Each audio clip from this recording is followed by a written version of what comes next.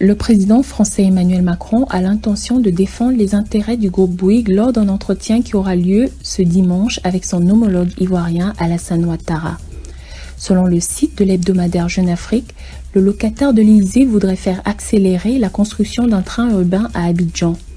Porté par un consortium dirigé par Bouygues, ce chantier évalué à 1000 milliards de francs CFA est bloqué.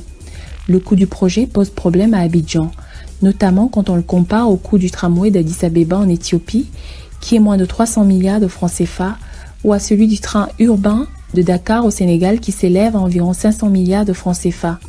Cette négociation délicate se déroulera dans un contexte particulier.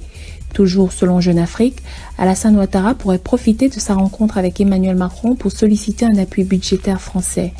La dynastie Bouygues est très présente dans les travaux publics, les télécoms et les médias en France. En Côte d'Ivoire, si elle s'est retirée de la distribution d'eau et d'électricité, elle contrôle en grande partie la production de gaz naturel.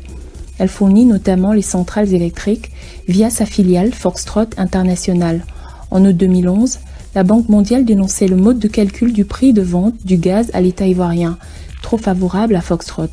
Le groupe Bouygues est également l'actionnaire de référence de Socoprim, le consortium qui exploite le pont à péage d'Abidjan, dans des conditions considérées par les experts comme particulièrement avantageuses. La vérité est que Macron n'a rien offert du tout aux Ivoiriens.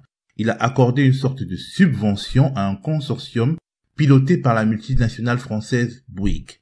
Avec cette subvention, des financements bancaires et aussi de l'argent ivoirien, le consortium construira la première ligne de métro d'Abidjan, une ligne qu'il exploitera directement pendant des décennies, le temps de bénéficier d'un confortable retour sur investissement. Si la fréquentation de ce moyen de transport est plus basse que les prévisions, ce sera à l'État, donc aux contribuables ivoiriens, de payer la différence à Bouygues & Co. Il n'y a donc là aucune forme de philanthropie. Au contraire, de lourds soupçons de surfacturation pèsent sur ce chantier dont le coût a quasiment triplé en 5 ans. C'est pour cette raison que les autorités ivoiriennes n'étaient pas pressées de le lancer. Emmanuel Macron a profité des difficultés sécuritaires et économiques d'Alassane Ouattara pour, en quelque sorte, lui tordre le bras. Ce n'était pas trop difficile. Opposant accompagné pendant de nombreuses années par la France officielle, puis installé au pouvoir avec l'aide de son armée, Ouattara est un obligé de Paris.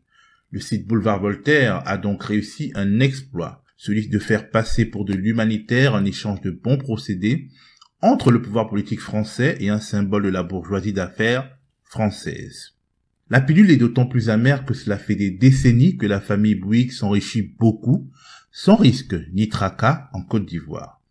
Au début des années 1990, elle récupérait les entreprises publiques d'eau et d'électricité pour un franc symbolique. Aujourd'hui, elle s'est désengagée de ce secteur après avoir réalisé de belles plus-values.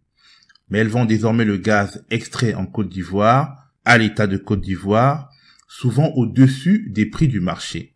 Une filiale du groupe Bouygues exploite également un pont à péage en plein milieu d'Abidjan, un pont surfacturé selon de nombreux experts. Le mode de répartition des bénéfices est vicié d'après d'autres. Une chose est sûre, les prévisions de fréquentation étaient trop optimistes. Et chaque année, l'État ivoirien doit payer une sorte de pénalité alors que les usagers paient quotidiennement des tickets de passage au groupe français. La Côte d'Ivoire est à bien des égards une BBR, une Bouygues & Bolloré République. Et faire passer les copropriétaires de la plantation pour de généreux bienfaiteurs et un peu fort de café, même si l'on est au pays du cacao.